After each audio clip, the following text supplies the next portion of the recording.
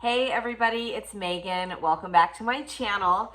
Today I wanted to talk about the power of words and the significance of this within our homes, with our families, as parents, as caregivers of children, and how our words can either create a beautiful, peaceful, and harmonious environment or not such peaceful, harmonious environment. We've all probably heard the saying, speak of the devil and the devil appears. Now, what this really means to me is that we have the power to speak things into existence. So as parents, it is our job to really think about the words and the things that we are speaking into existence. Now, I'm an unschooler. Any parent should be a conscious parent. That's a whole movement right now, conscious parenting. But I believe that hopefully we're all conscious parents, right? What does that mean? That means that we think before we act. We are conscious of our actions. We are conscious of who we want to be and who we're showing to our children, because at the end of the day, we are always modeling for our children.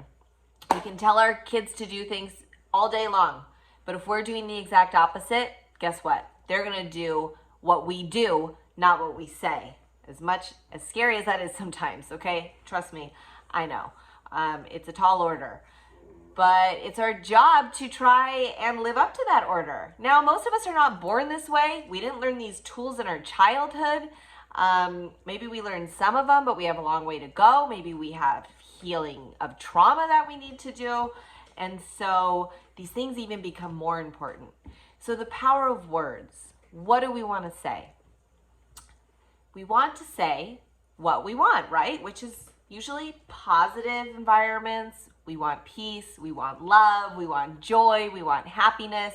I think that these things are pretty, they span most humans, right? Most humans, we just want to live happy, joyful lives and be free and feel good and create a nice environment for our children to grow up in and to feel safe in.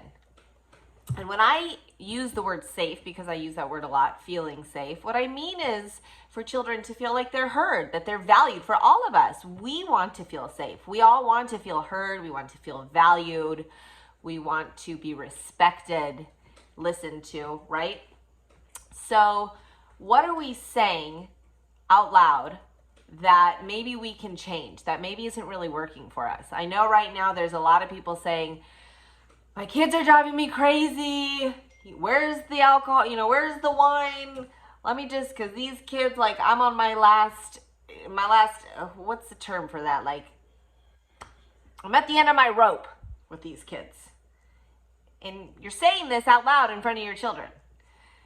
So what effects do you think that might have? Now, that's not very conscious, right? Because you wouldn't probably say that to your friends, or maybe you're joking, or look, I have said these things too. I'm not some saint that has perfected the parenting practice. There's no such thing as that. I'm learning right along with you guys and sharing my stories with you that have helped me, because I've been doing this now for 8 years. So I've had a lot of time to sort of retrain my mind, which is what it takes. We have to retrain ourselves, relearn things, think about things again that maybe we thought about 5 years ago, and now we've changed. We're not that person that we were 5 years ago. So, reevaluate our thoughts, our thought patterns, our habits, whatever it is. So my video today about words, I think, is so important because we're in very close quarters with our children and our families right now. And these happen to be the people that we love the most in the world. We treasure them the most, but sometimes we're not always the nicest to them. Maybe because they're so close to us that we feel like we have that safety net of just saying and being ourselves or whatever we want and feeling like there's no repercussions. But the repercussions are not only negative from your children, but also for yourself. Because every time you say something that chips away at the relationship between you and your child or you and your partner, you are essentially chipping away at the relationship with yourself too. So to build stronger relationships with all of those people that you really love and value, you've got to build it from the inside out, in my opinion. What does that mean? Oh, My necklace had something to say about that. What does that mean? Well, for me, that means not always saying everything that you think. Because, like I said, words are powerful. I like to use the saying that words are birds, and when we speak them, we give them wings to fly. So say you're having a negative thought, or a lot of them, negative thought patterns, and you speak them out loud, okay? So now you've just reinforced that negative thought. Now you have said it out loud. Perhaps you're bringing it into existence, or it is even more powerful than it was when it was just in your head. So for me, on my journey, one of the biggest things that I did for myself was to stop saying everything that I thought, okay? In my life, I've been one of those people that, had thoughts and thought, I gotta say this. I was known for not really having a filter about myself and others, and some hurtful things have come out of my mouth towards other people, towards myself. Whatever it is, hurtful things have come out of my mouth, and it didn't help in any relationship or situation or circumstance. But over the years, I have learned to filter and to stop and think and breathe. Oh, the power of breath.